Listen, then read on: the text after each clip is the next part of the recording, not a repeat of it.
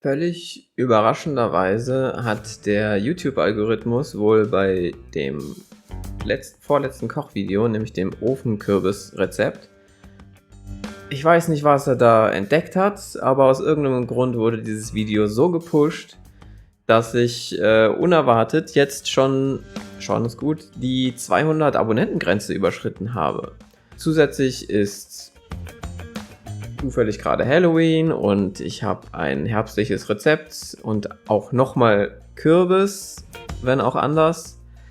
Deswegen dachte ich, wir machen heute so eine Art 200 Abonnenten Halloween Special Gedöns Video, was eigentlich nur dadurch special wird, dass ich heute Kochen und Karten in einem Video mache. Das mache ich vor allem deshalb aber auch, weil dadurch, dass in der letzten Zeit so viele Abonnenten dazugekommen sind, gibt es sicherlich einige unter euch, die noch nicht bemerkt haben, dass mein Kanal so ein bisschen zweigeteilt ist. Nämlich ich zwei meiner Hobbys hier abdecke, nämlich einerseits das Kochen, aber auf der anderen Seite auch Gaming, beziehungsweise aktuell ist es das Kartensammeln bzw. Öffnen von Pokémon-Karten. Ich kann mir vorstellen, dass viele, die so ein Kochvideo sehen und das dann abonnieren, nicht unbedingt wegen Pokémon-Karten hier sind.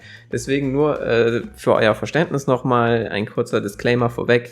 Auf meinem Kanal gibt es beides. Ich habe zwei Playlisten eingerichtet. Falls ihr also nur eins von beidem sehen wollt, könnt ihr euch einfach diese Playliste mal anschauen. Heute deshalb für beide Gruppen ein Video. Ich fange an mit dem Kochen. Ich werde versuchen, das irgendwie, ich weiß noch nicht, wie das geht, ich habe es noch nie gemacht, aber ich werde es vorausfinden, deutlich zu machen an der Timeline. Wenn ihr unten guckt, wenn ihr die Maus bewegt im Video, solltet ihr sehen, wo das Kochen endet und die Pokémon-Karten beginnen, dass am Ende keiner überrascht ist. Also wir fangen an mit dem Kochen. Es gibt eine Kürbissuppe. Es soll wie immer ein recht einfaches und schnelles Rezept sein. Es gibt viele Möglichkeiten, solche Suppen noch abzugraden. Ich werde vielleicht eine oder andere Möglichkeit noch erwähnen. Heute wird es aber sehr, sagen wir mal, es wird ein Grundrezept. Danach öffne ich noch eine Box Kärtchen und dann sehen wir mal, was ich nächstes Mal mache. Aber jetzt erstmal zum Kochen. Auf geht's. Und der Kürbis, aus dem die Suppe gemacht wird, ist heute dieser Butternut-Kürbis. Ich mache nur eine kleine Portion, wie man sieht. Ich nehme nur einen halben Kürbis. Andere Hälfte habe ich schon. Das hier ist die obere Hälfte. In der unteren sind die Kerne. Das heißt, wenn man einen ganzen nimmt, muss man natürlich das Kerngehäuse noch entfernen. Das dürfte jetzt hier keins mehr drin sein. Das sollte alles Fleisch sein. Deshalb einfach nur schälen. Bei dem esse ich die Schale nicht mit. Ich bin ehrlich gesagt nicht sicher, ob man sie mit essen kann oder nicht. Aber in der Suppe wollen wir natürlich auch keine Schale haben. Also weg damit. Und dann schneide ich den Kürbis einfach nur in kleine Stücke. Wie man den jetzt schneidet, wie groß die Stücke sind, ist im Grunde völlig egal. Sie brauchen halt je nachdem ein bisschen länger oder garen schneller. Nachher werden sie aber sowieso alle zerkleinert. Insofern ist die Form völlig wurscht.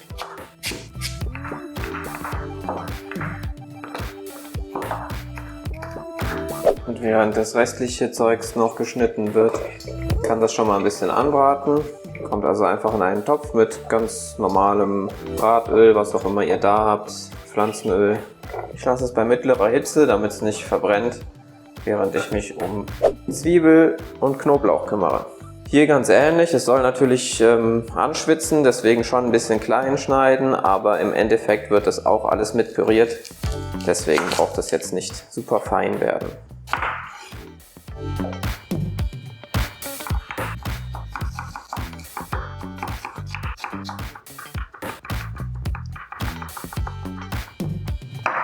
Zwiebeln und Knoblauch kommen mit dazu und dürfen ein bisschen mit anschwitzen. Das wird jetzt unter gelegentlichem Rühren einfach erstmal ein bisschen anrösten gelassen. Knoblauch und Zwiebeln werden jetzt langsam glasig, das heißt, ich fange jetzt an zu würzen. Ganz simpel bei mir heute, ich nehme ein bisschen Kreuzkümmel, oder ja, ein bisschen ist gut. Man muss natürlich gucken, da kommt gleich eine Menge Volumen dazu, also auch nicht zu wenig, nicht zu sparsam würzen. Dann einfach Currypulver, auch hier nicht wenig. Und dann noch ein bisschen Muskatnuss. Das kurz nochmal mit anrösten lassen, um dem Ganzen nochmal ein bisschen mehr Power zu geben. An der Stelle kann man jetzt natürlich noch eine Menge andere Gewürze reinhauen, was man eben dran haben möchte. Auch gut an der Stelle schon Chili. Da ich aber nicht für mich alleine koche, gebe ich die Chili heute erst am Ende dazu. Wenn dann alles ein bisschen rösten konnte, das Ganze mit etwas Gemüsebrühe ablöschen.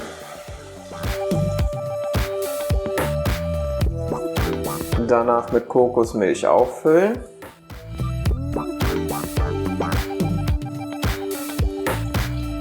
Einmal durchrühren. Die genauen Mengen hier sind natürlich auch wieder optional. Ich mache das ein bisschen aus dem Bauch. Wenn man es nachher flüssiger oder dicker haben will, kann man sich natürlich auch überlegen, ob man mehr oder weniger Volumen gibt, ob man es noch länger einkochen lässt, wie auch immer. Ich mache es für gewöhnlich so, dass einfach der Kürbis gut bedeckt ist, dann Deckel drauf, Hitze ein bisschen höher und dann lasse ich das ein bisschen kochen. Und wir lassen das jetzt so lange kochen, bis der Kürbis gar ist. Das heißt, je nachdem wie viel Volumen, wie groß oder dick ihr den Kürbis geschnitten habt, kann das variieren. Deshalb gebe ich euch jetzt keine Zeit, sondern sage einfach, lasst es so lange kochen, bis der Kürbis weich ist. Probiert einfach zwischendurch mal, einfach mal ein Stückchen essen. Wenn es schön weich ist, geht's weiter. So, nachdem es dann angefangen hatte zu brodeln, habe ich wieder etwas runtergestellt. Man sieht oder sah, bevor die Kamera verdampft ist, dass das Ganze jetzt so sanft vor sich hingeköchelt hat. Bei mir war es jetzt ungefähr eine Viertelstunde. Wie gesagt, das kann sich natürlich unterscheiden bei euch, bis ich wirklich in der Lage war, den Kürbis mit dem Kochlöffel durchzustechen ohne größere Probleme. Das ist weich genug. Das heißt, jetzt kann püriert werden.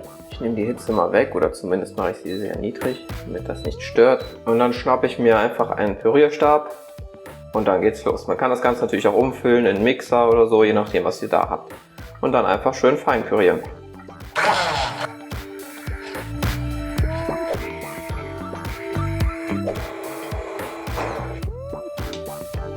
Und wenn alles richtig geklappt hat und die Verhältnisse gestimmt haben, dann solltet ihr am Ende eine schöne, cremige Suppe erhalten. Wenn es euch zu dünn ist, dann könnt ihr es einfach noch ein bisschen länger einkochen lassen.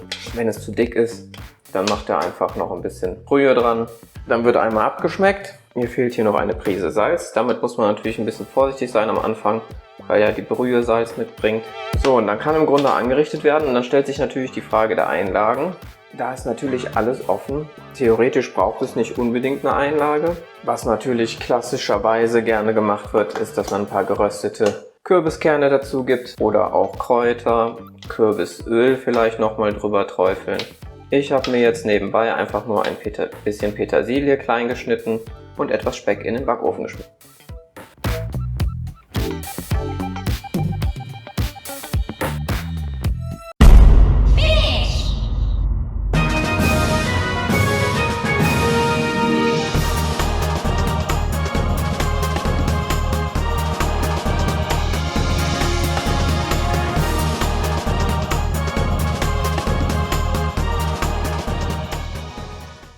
Und so einfach und schnell kann es gehen.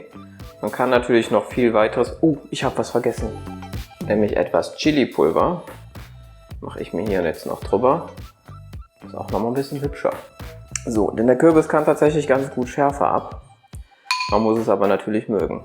Man kann das noch, wie ich schon erwähnt habe, viel anderes damit machen. Ich sehe das mehr als so eine Art Basis.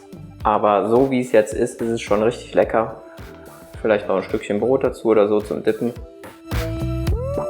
Aber es ist wirklich gut und super einfach. Deswegen, ich kann es nur empfehlen, das nachzumachen. Ein bisschen Speck dazu. Dann ist es halt nicht mehr vegetarisch. Muss man selber wissen. Passt aber sehr gut dazu. Also probiert es aus, macht es nach. Lasst mich wissen, was ihr vielleicht noch gemacht habt. Das wäre auch ganz interessant, was man noch so mit reinmachen kann. Vielleicht auch als Tipp für andere Zuschauer, dass die in den Kommentaren nochmal gucken können, was machen andere noch rein. Und dann guten Appetit! An der Stelle endet der Kochteil dieses Videos. Jetzt geht es weiter mit Pokémon-Karten. Falls ihr an der Stelle also raus seid, würde ich mich sehr freuen, wenn ihr das Video liken und, wenn ihr es noch nicht schon gemacht habt, abonnieren würdet, beziehungsweise den Kanal abonnieren würdet. Und dann sehen wir uns spätestens, hoffe ich, beim nächsten Kochvideo wieder. Bis dahin.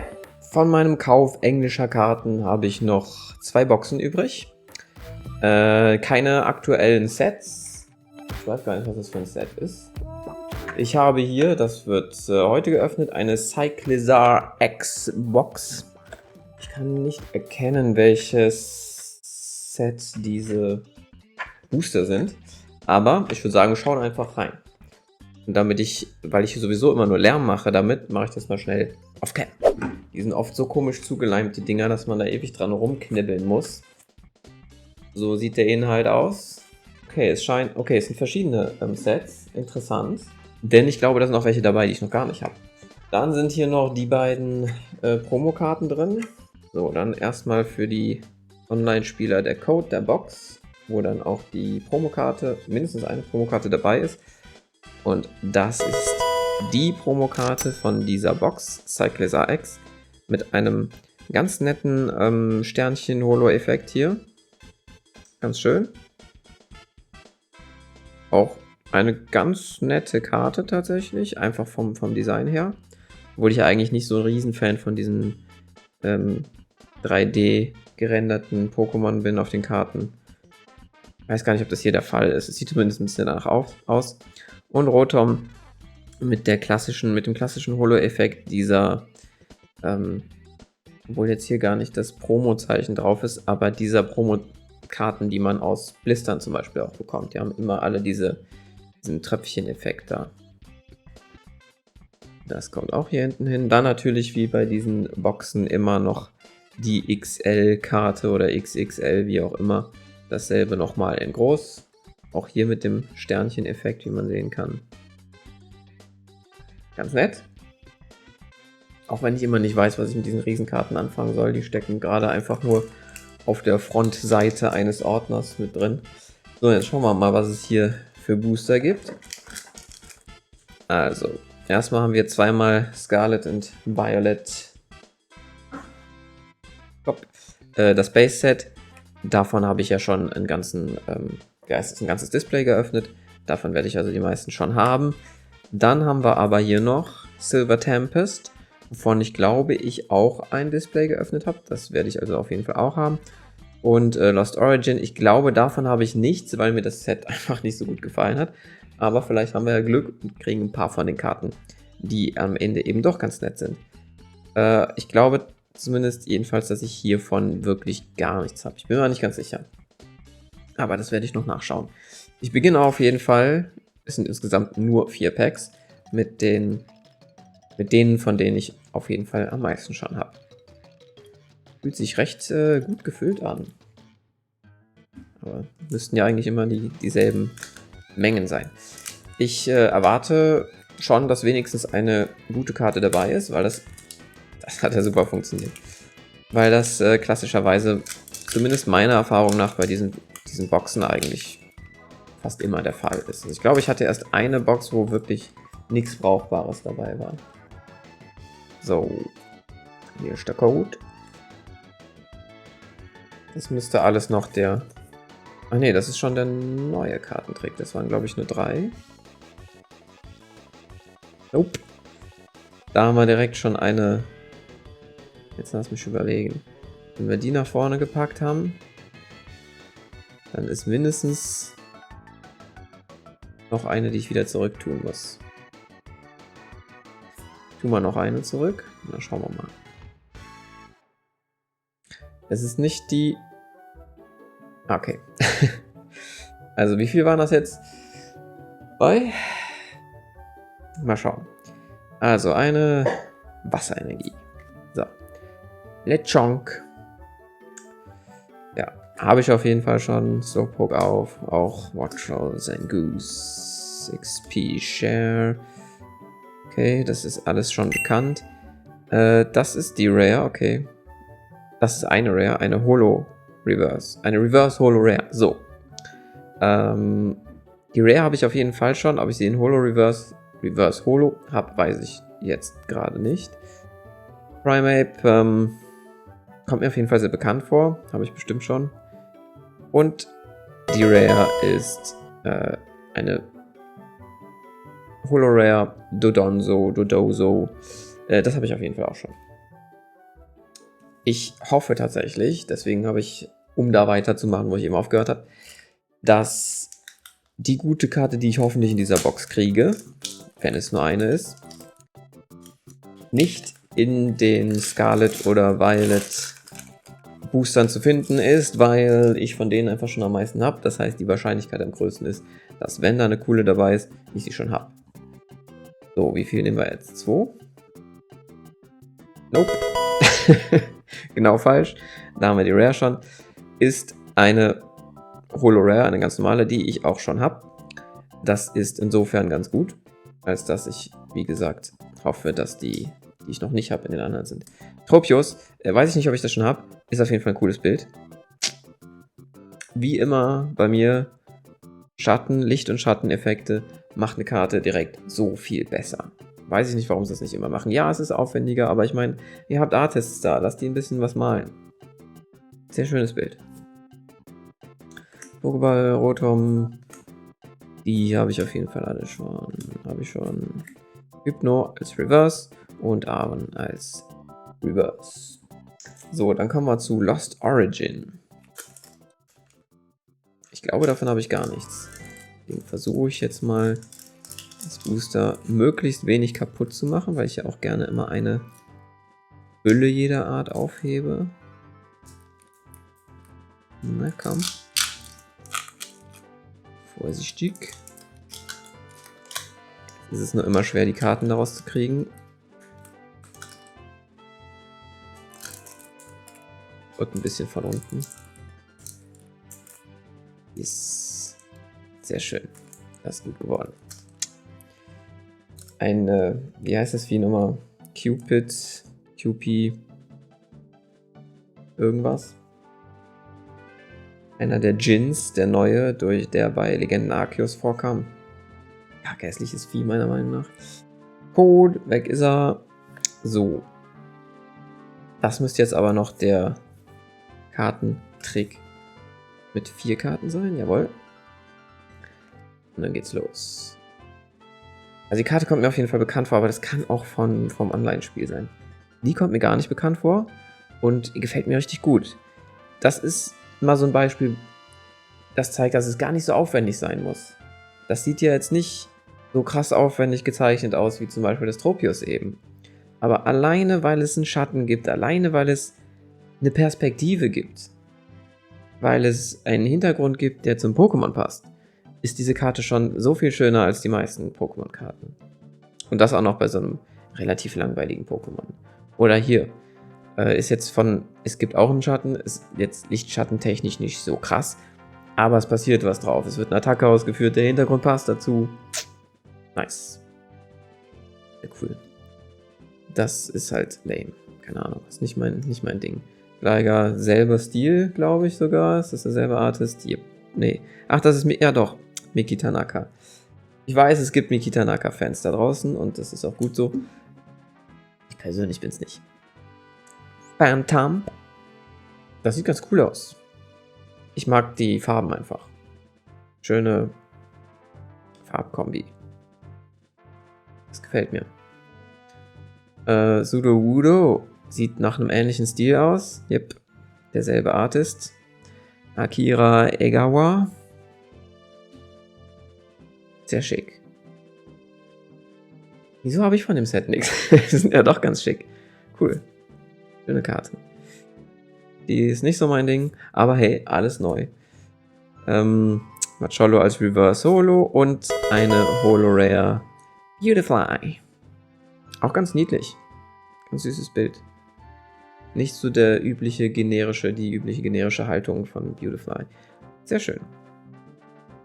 Nice. Auch ganz, ganz schöner Holo-Effekt. Die Farben sind gut für den Holo-Effekt. Schick. Immer noch nichts Krasses dabei. Also da muss jetzt noch was kommen. Alle Hoffnung liegt auf diesem Booster. Silver Tempest. Gut ist, dass die Karten relativ günstig waren, die Boxen.